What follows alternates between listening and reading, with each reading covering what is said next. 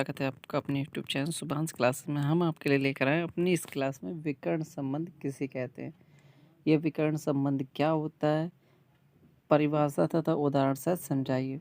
विकर्ण संबंध क्या होता है और ये आवर्त सारणी का एक दोष है जो कैसे प्रदर्शित होता है, तो वीडियो में पूरी चर्चा करेंगे विकर्ण संबंध के बारे में। तो वीडियो को बस लास्ट तक देखिएगा। यदि पसंद आए तो चैनल को सब्सक्राइब कर दीजिएगा, बेल आइकन को ऑन कर दीजिएगा।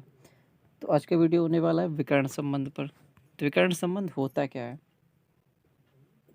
आवर्त सारणी के दूसरे व तीसरे लघु आवर्तों, इनमें तत्वों की संख्या 8 तत्व हैं। इन द्वितीय व तृतीय आवर्तों के कुछ तत्वों में विकर्ण संबंध है, अर्थात विकर्ण के सिरों पर स्थित दोनों तत्वों के गुणों में समानता पाई जाती, इसे विकर्ण संबंध कहा जाता है। देख लेते हैं उदाहरण के लिए, लिथियम बेरियम दूसरे आवर्त के तत्व हैं, लिथियम बेरियम Bc, सोडियम तीसरे आवर्त के सोडियम मैग्नीशियम एल्युमिनियम सिलिकॉन। जो लिथियम का पहला विकर्ण होगा, जो बेरियम का पहला विकर्ण होगा, जो ये पहले विकर्ण है, इन दोनों के गुणों में समानता पाई जाती है। तो क्या पाया जाता है? ये जो पहले विकर्ण में आते हैं, ये दोनों तत्वों के बीच में जो समानता पाई जाती है, यानी गुणों में समानता पाई जाती है, इसे क्या कहते हैं? विकर्ण संबंध कहते हैं। जो आवर्त 2 के प्रथम विकर्ण में आवर्त 3 का जो भी तत्व आता है, उनके गुण एक दूसरे से मिलते हैं। या आप ऐसा कह सकते हैं कि आवर्त 2 में आवर्त 3 के तत्व में जो पहले विकर्ण में जो भी तत्व आते हैं, उनके गुण एक दूसरे से समान होते हैं या मिलते जुलते हैं, इसे ही विकर्ण संबंध कहते हैं। जैसे लिथियम का मैग्नीशियम से, बेरियम का एल्युमिनियम से और बी का सिलिका से। तो यह एक दूसरे से पहले विकर्ण पर मैच करते हैं, तो इसीलिए इनको विकर्ण संबंध कहते हैं।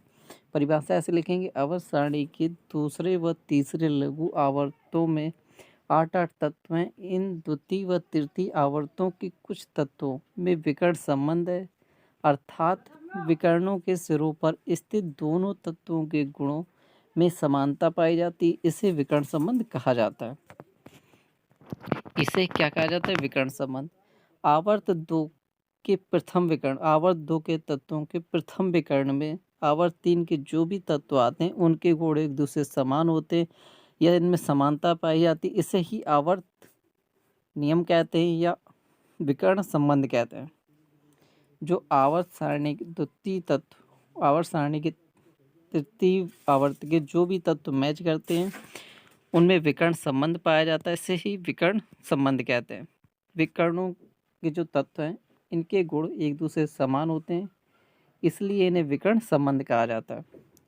विकर्ण संबंध के कारण लिथियम के गुण मैग्नीशियम के गुणों की समानता दर्शाते हैं, बेरियम के गुण एल्युमिनियम के गुणों में समानता दिखाते तथा बी के गुण SI के गुणों में समानता दर्शाते हैं। तो ये विकर्ण संबंध के कारण लिथियम के गुण मैग्नीशियम से, जबकि ऐसा नहीं होना चाहिए, लिथियम का सोडियम से दर्शाना चाहिए, लेकिन ऐसा होता है कि लिथियम का सोडियम से भी दर्शाता है और लिथियम का मैग्नीशियम से दर्शाता है। तो इसको क्या कहते हैं? कहेंगे जो आवर्त 2 के प्रथम विकर्ण में आवर्त 3 के जो भी तत्व आते हैं, उनके गुण एक दूसरे से मिलते हैं, इसे विकर्ण संबंध कहते हैं। ये आवर्त सारणी का एक दोष है। तो विकर्ण संबंध के कारण लिथियम के गुण मैग्नीशियम से समानता दर्शाते हैं, बेरियम के एल्युमिनियम के गुणों से तथा बी के SI के गुणों से समानता दर्शाते हैं। या अथवा इसकी दूसरी परिभाषा क्या लिख सकते हैं? जो दूसरे टाइप में इसकी परिभाषा लिखेंगे, तो दूसरे टाइप में इसकी परिभाषा लिखेंगे, S तथा P ब्लॉक तत्वों में किसी वर्ग के दूसरे आवर्त का तत्व अपने वर्ग के शेष तत्वों की अपेक्षा अगले वर्ग के तीसरे आवर्त, यहाँ वर्ष नहीं है, वर्ग है, अगले वर्ग के तीसरे आवर्त के तत्व के साथ अधिक समानता प्रदर्शित करता है, जिसे विकर्ण संबंध कहते हैं। तो विकर्ण संबंध किसे कहते हैं? दूसरी परिभाषा होगी इसकी, S तथा P ब्लॉक तत्वों में किसी वर्ग के दूसरे आवर्त का तत्व अपने वर्ग के शेष तत्वों की अपेक्षा अगले वर्ग की तीसरे आवर्त के तत्व के साथ अधिक समानता प्रदर्शित करता है, जिसे विकर्ण संबंध कहते हैं। इसका उदाहरण भी देख लीजिए। जो लिथियम है मैग्नीशियम से, बेरियम है एल्युमिनियम से, बी है सिलिकॉन से, सी है पोटेशियम से। तो ये जो इनकी समानताएं हैं, ये एक दूसरे से जो समानता प्रदर्शित करते हैं, इससे ये क्या कहते हैं, विकर्ण संबंध कहते हैं। यदि वीडियो पसंद आया तो चैनल को सब्सक्राइब कर दीजिए, बेल आइकन को ऑन कर दीजिए। यदि आप इसे पीडीएफ में देखना चाहते हो तो गूगल पर सर्च करिएगा www.subhansh classes